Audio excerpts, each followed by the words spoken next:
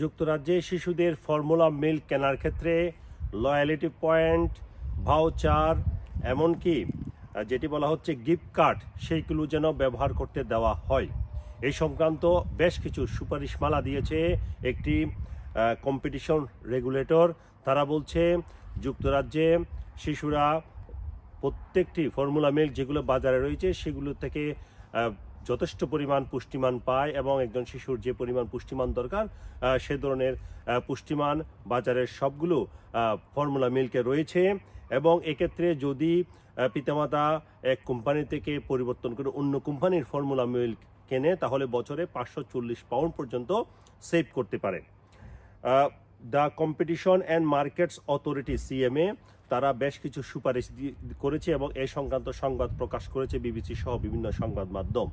সেখানে যেসব সুপারিশগুলো দেওয়া হয়েছে বলা হচ্ছে পিতামাতাকে gift card, voucher, loyalty points এবং কুপন এগুলো যেন ফর্মুলা মিল্ক কিনতে ব্যবহার করতে দেওয়া হয়। হাসপাতালগুলোতে যেসব ফর্মুলা মিল্ক সদ্য জাত সন্তানকে দেওয়া হয় অর্থাৎ শিশুকে দেওয়া হয় সেগুলো যেন প্লেন প্যাকেজিংয়ে দেওয়া হয়, অর্থাৎ কোনো কোম্পানির নাম যাতে সেখানে না থাকে। এবং পিতামাতাকে এই পরামর্শ যেন দেওয়া হয় যে বাজারে যেসব ফর্মুলা মিল্ক পাওয়া যায় সেগুলোতে পরিমাণ মতো পুষ্টিমান থাকে যেটি শিশুর জন্য প্রয়োজন। এর পাশাপাশি আরেকটি কনজিউমার ক্যাম্পেইন গ্রুপ হুইস তারা বলছে সেটি হচ্ছে বিভিন্ন কোম্পানির ফর্মুলা রয়েছে কিন্তু সবগুলোতে পুষ্টিমান অনেকটাই একই রকম। এবং যেসব সুপারিশমালা এসেছে কিংবা যে সব কথা এই সংবাদে বলা হয়েছে তার মধ্যে বলা হচ্ছে যদি প্রাইস ক্যাপ করে দেওয়া উচিত নয় এবং এর ফলে কিন্তু হয়তোবা অনেক পিতামাতা যেটি একটু সস্তায় পাওয়া যায় সেটি কিনতে পারবে না। আবার অনেক পিতামাতা এটি মনে করতে পারে যেটি একটু দাম কম সেটিতে হয়তোবা পুষ্টিমান কম, সেটি তার শিশুর জন্য হয়তো ভালো হবে না। এক্ষেত্রে তারা অপরাধ বোধে ভুগতে পারে যে শিশুকে বেশি দামের যে ফর্মুলা সেটি খাওয়াতে পারছে না। কিন্তু কোম্পানিগুলো বলছে, এইসব রেগুলেটরগুলো বলছে তারা যে এই সব ধরনের যে ফর্মুলা মিল্ক পাওয়া যায় সবগুলোতে মোটামুটি একই ধরনের পুষ্টিমান রয়েছে। তবে তারা যেটি বলছে সেটি হচ্ছে যদি এক কোম্পানির পরিবর্তে অন্য কোম্পানির ফর্মুলা মিল্ক নেওয়া হয় তাহলে পিতামাতা বছরে 540 পাউন্ড পর্যন্ত সেভ করতে পারবে।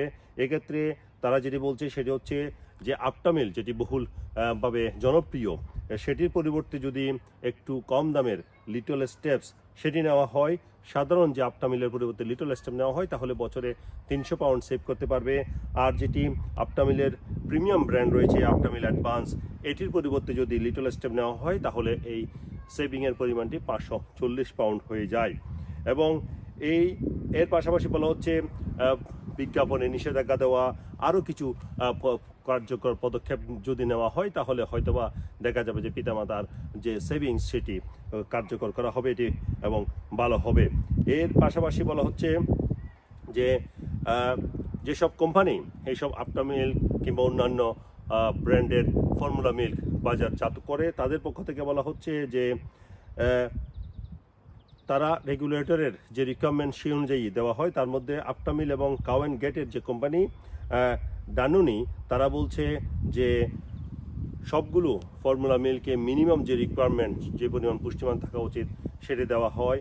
তবে সবগুলো ফর্মুলা মিল্ক থেকে একই ধরনের বেনিফিট হয়তো বা বাচ্চারা পাবে না, কম বেশি হতে পারে। এর পাশাপাশি নেসলে তারা বলছে যে পরিবারকে জানানো উচিত তাদের বাচ্চাদের জন্য যে ফর্মুলা মিল্ক তারা কিনছে সেখানে কী ধরনের পুষ্টিমান আছে, সেই জন্যই তারা প্যাকেজিংটা ওইভাবে করে।